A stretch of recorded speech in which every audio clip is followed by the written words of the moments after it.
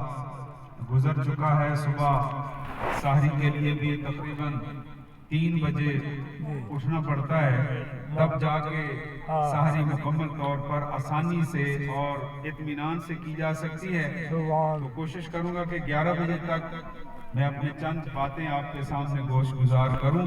سب سے پہلے تو تمام منتظمین کو مبارکباد جنہوں نے ختم قرآن پاک کی اس عظیم الشان محفل کا انعقاد کیا۔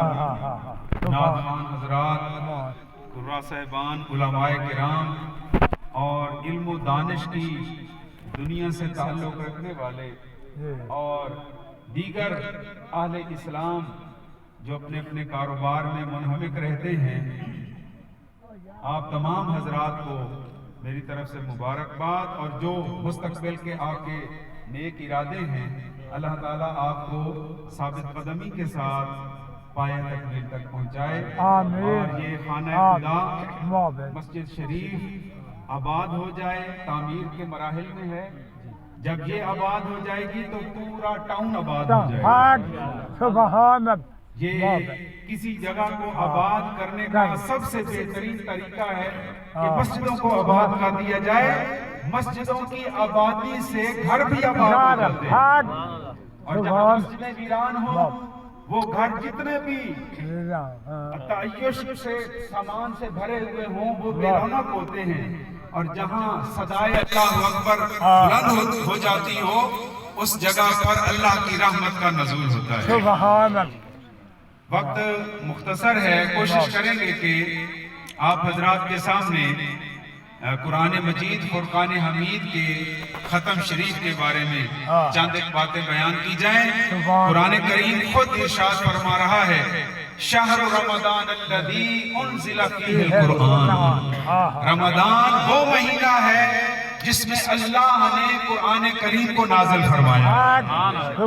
ایک ہے قرآن اور ایک ہے رمضان، ان دونوں کو اللہ نے آپس میں دوست بنایا ہے، دونوں آپس میں لازم و ملزوم ہیں۔ جس طرح یہ دونوں آپس میں دوست ہیں، جو انسان ان کو اپنا دوست بنائے گا، یہ ایسے وفادار دوست ہیں، اپنے ساتھ دوستی اور محبت کرنے والے کو کل قیامت والے دن جنت میں لے جائیں۔ سبحان اللہ، سبحان اللہ۔ اور یہ بھی سماعت فرمائے کہ جتنی بھی قرآن پاک سے پہلے آسمان سے کتابیں نازل فرمائی گئیں، ان میں اور قرآن کریم میں بہت سے امتیازات ہیں۔ ان میں سے پہلا امتیاز یہ ہے کہ پہلی کتابیں اللہ پاک نے آسمانوں سے تختیوں پر لکھی لکھائی نازل فرمائی۔ حضرت موسیٰ علیہ السلام کوہ طور پر تشریف لے گئے اور اللہ کی بارگاہ میں حاضری دی، تو اللہ پاک نے پتھر کی سلیٹوں پر تورات شریف لکھ کر حضرت موسیٰ علیہ السلام تک پہنچائی۔ سبحان اللہ۔ اور اسی تورات شریف میں مجھے ایک بات یاد آ گئی۔ مدینہ شریف میں ایک یہودی قبیلے کا سردار تھا جس کا نام تھا کعب بن اشرف۔ اس بدبخت کا نام بھی یاد رکھ لیں تاکہ پتہ چل جائے کہ کون کون حبدار رسول ہے اور کون حضور سے بغض رکھنے والا ہے۔ وہ مہینے کا مہینے تورات کے عالموں کو اور حافظوں کو پیسے دیا کرتا تھا، ان کی خدمت کیا کرتا تھا، مسلسل دیا کرتا تھا۔ ایک دن کہنے لگا، تورات کے عالموں سے انہیں احبار کہا جاتا ہے، جس طرح قرآن پاک کے حفظ کرنے والے کو حافظ قرآن، قاری قرآن، عالم قرآن کہا جاتا ہے، تورات کے عالموں کو احبار کہا جاتا تھا۔ ان سے کہنے لگا، اتنا عرصہ ہو گیا تمہیں میں کھلا پلا رہا ہوں، آج میرے دل کی بات تو بتاؤ۔ دیکھو تورات کے ایک ایک صدر کو دیکھو، یہ جو نبی مکہ سے مدینہ شریف آیا ہوا ہے، یہ حق ہے یا اس نے اپنی دل سے دعویٰ کیا ہوا ہے؟ اس کے بارے میں بتاؤ تورات میں کچھ ہے یا نہیں ہے؟ جی سبحان ان میں سے احبار نے کہا کہ یہ تو نبی برحق ہیں، تورات کے ایک ایک سطر میں اس کی شان بیان کی گئی ہے۔ وہ غصے میں آ گیا، کہنے لگا بس آج کے بعد میری طرف سے تمہارا کھانا پینا بند، پیسے بند، اور کھلاتا پلاتا میں ہوں اور تم تعریف حضور کی کر رہے ہو اور وہ بھی تورات کے ذریعے سے، لہٰذا میں تم سے ناراض ہوں۔ ان میں سے دو حصے ہو گئے، کچھ تو تھے صاحب ایمان، انہوں نے کہا ہمیں تیرے کھانے پینے کی ضرورت ہی نہیں ہے، جو کھلاتا جس نے پیدا کیا ہے وہی ہمیں کھلاتا پلاتا ہے۔ کچھ لالچی تھے، کہنے لگے ہم جلدی میں مسئلہ بتا بیٹھے ہیں، کچھ دیر ہمیں دوبارہ دیکھنے دیں، ہم ذرا دوبارہ طرف دیکھ کر بتاتے ہیں۔ اس نے کہا چلو ٹھیک ہے۔ ان ظالموں نے کیا کیا کہ تورات کو لے کر اس کے سطروں کو پڑھنے لگ گئے، کافی دیر کے بعد آئے، کہنے لگے کہ جناب تورات میں اس نبی کا کوئی ذکر نہیں ہے معاذ اللہ، اور جہاں حضور کا نام لکھا ہوا تھا، سن رہے ہو توجہ کے ساتھ، جہاں سرکار کا نام لکھا ہوا تھا اس کو کھرچ کر دجال کا نام لکھ دیا، نبی پاک علیہ السلام کے نام کو مٹا دیا۔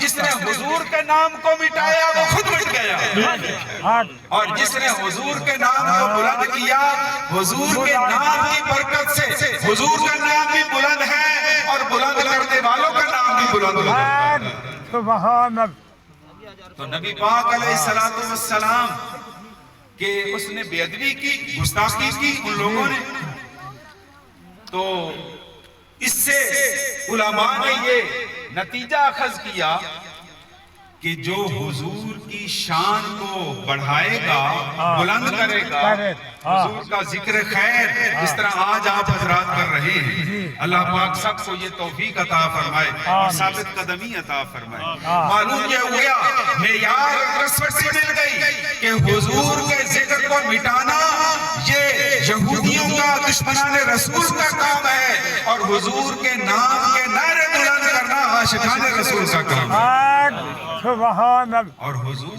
کی ذات سے عشق اور محبت اس وقت تک نہیں مل سکتی جب تک قرآن کریم کے ساتھ صاحب قرآن کا پیار نہ ہو۔ قرآن پاک کی شان کیا ہے؟ اللہ پاک فرماتے ہیں، حضور کی حدیث پاک ہے، دو احادیث آپ کے سامنے بیان کر رہا ہوں۔ قرآن کریم کی شان حضور نے بیان فرمائی ہے، کیوں کہ قرآن کریم حضور کا معجزہ ہے، حضور کا معجزہ ہے۔ تو فرمایا خیر یا نیکی یا بھلائی کس چیز کا نام ہے؟ تو حدیث پاک ہے الخیر ہوا اتباع القرآن و سنتی۔ جو بندہ نیکی کو دیکھنا چاہے کہ نیکی کس شے کا نام ہے، بس وہ دو چیزوں کو پکڑ لے، ایک تو قرآن پاک کو پکڑ لے اور دوسرا حضور کی سنت کو پکڑ لے، وہ خیر پا جائے گا۔ دوسری حدیث پاک نبی پاک علیہ السلام نے قرآن کریم کا شان بیان فرمایا، کتاب اللہ ہوا حبل اللہ الممدود من السماء الى الارض۔ قرآن کریم اللہ کی لٹکائی ہوئی وہ رسی ہے جو آسمان سے زمین کی طرف آ رہی ہے۔ اور رسی کا کیا کام ہے؟ اگر کوئی بندہ کسی گہری جگہ میں ڈوب رہا ہو، کسی کنویں میں گر جائے اور اس کو رسی کا سہارا مل جائے، وہ رسی کو پکڑ کر باہر نکل آتا ہے۔ تو اللہ پاک نے فرمایا کہ دنیا کی محبت میں لوگ اس کی محبت میں غرق ہو جائیں گے۔ جو مجھ خدا کا عرفان حاصل کرنا چاہتا ہو، میں قرآن کریم کی شکل میں رسی نیچے لٹکا رہا ہوں، اس کو پکڑتے جاؤ، مجھ تک آتے جاؤ۔ سبحان اللہ۔ تو حفاظ کرام ہر سال قرآن کریم کو نماز تراویح میں اس لیے پڑھتے ہیں تاکہ تمام لوگوں کو پتہ چل جائے کہ اللہ نے رسی لٹکائی ہوئی ہے، اس کو پکڑنے کی دیر ہے، مصطفیٰ تک بھی پہنچ جاؤ گے، خدا تک بھی پہنچ جاؤ گے۔ کیا بات، ماشاءاللہ۔ میں نے پہلے عرض کیا کہ قرآن کریم حضور کا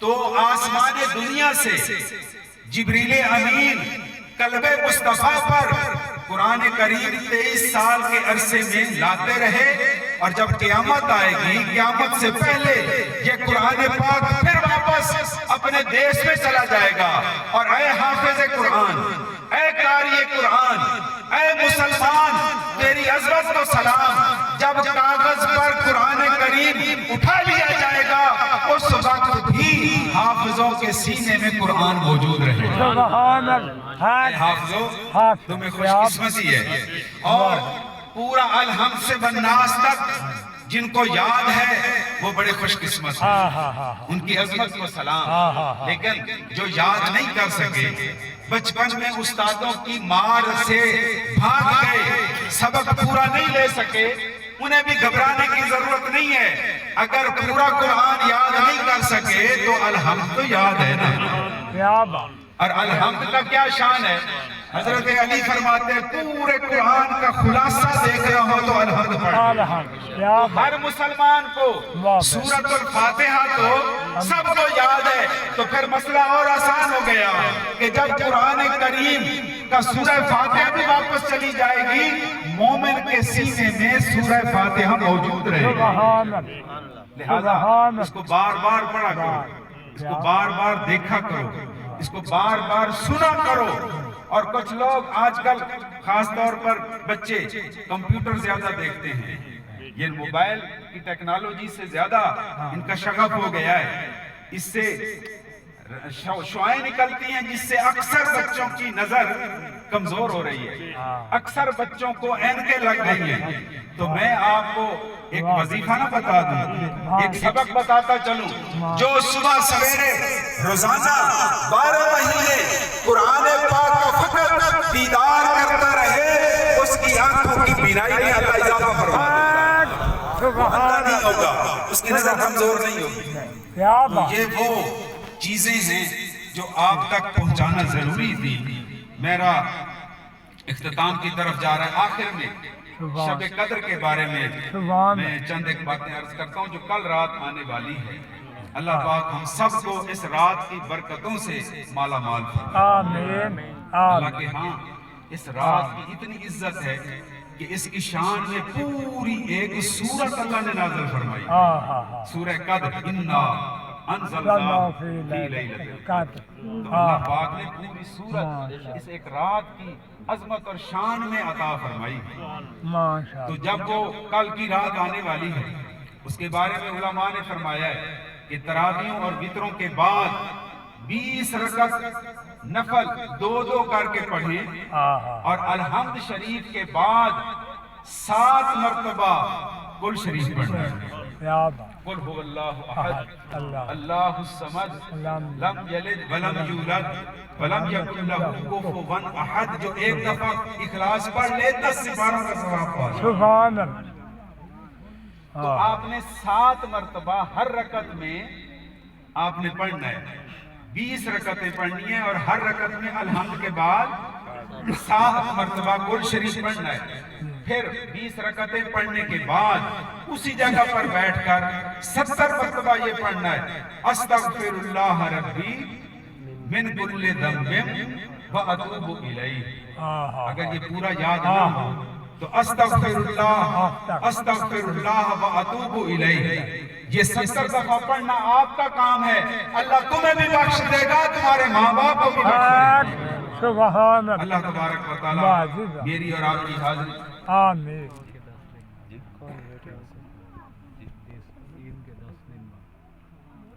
ہاں ماشاءاللہ، اللہ تبارک و تعالی میری اور آپ کی حاضری قبول و منظور فرمائے۔ اور جس طرح پہلے آصف صاحب نے آپ کے سامنے بیان کیا کہ عید کے بعد انشاءاللہ یہاں ایک مدرسے کی داغ بیل بھی ڈالی جا رہی ہے، جس میں دینی تعلیم کے ساتھ ساتھ دنیاوی تعلیم کا بھی بھرپور اہتمام کیا جا رہا ہے۔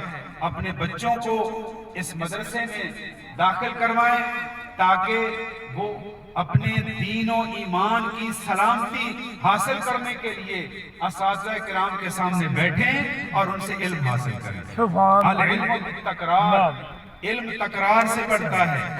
اور علم کے بارے میں عرض کروں، حضرت شیخ احمد سرہندی، جن کا نام نامی اس میں گرامی شیخ احمد ہے، اور ان کا لقب ہے حضرت مجدد الفسانی. سبحان اللہ. حضرت مجدد الفسانی آپ سرکار فرماتے ہیں کہ اللہ پاک نے جتنے بھی انبیاء دنیا میں بھیجے، ہر ایک نبی کو اپنی کسی نہ کسی صفت کا مظہر بنا کر بھیجا. سبحان اور اللہ. جب حضور کو بھیجا تو نبی پاک علیہ السلام کو اللہ نے اپنی صفت علم کا مظہر بنا کر بھیجا. سبحان تو علم کو حاصل کرنا، ہاں. علم کو آگے پھیلانا اور علم کی جستجو میں رہنا، یہ ایک مرد مومن کا سب سے بڑا کام ہے. علم کی برکت ہی تو ہے کہ داتا صاحب پیدا ہوئے حجویر میں، اور اب قیامت تک آپ لاہور کو رنگین فرما رہے ہیں. کیا بات. اللہ تبارک و تعالی ان دوستوں کو ثابت قدمی عطا فرمائے اور ان کے ذوق و شوق میں خیر و برکت عطا فرمائے. اپنے بچوں کو اس مدرسے میں داخل کروائیں. وقت کیونکہ مختصر تھا، انہی الفاظ پر اکتفا کرتے ہیں. انشاءاللہ بفضل تعالی پھر کبھی زندگی ملی یا جمعے پہ جامع مسجد موئینیہ میں تشریف لائیں یا ہمارے چینل کو دیکھیں. یہی ساری چیزیں ہم اس پہ بھی اپلوڈ کر دیتے ہیں تاکہ اس ٹیکنالوجی سے ہم زیادہ سے زیادہ فائدہ اٹھائیں اور اپنا ابلاغ حق کریں، اپنے پیغام کو کمیونیکیٹ کریں، لوگوں تک پہنچائیں کہ وہ اس کا غلط استعمال چھوڑ کر اس کا صحیح استعمال کریں تاکہ علم و عمل سے برکتوں سے مالا مال ہو. وما علینا الا البلاغ المبین. شاہ نہیں بات.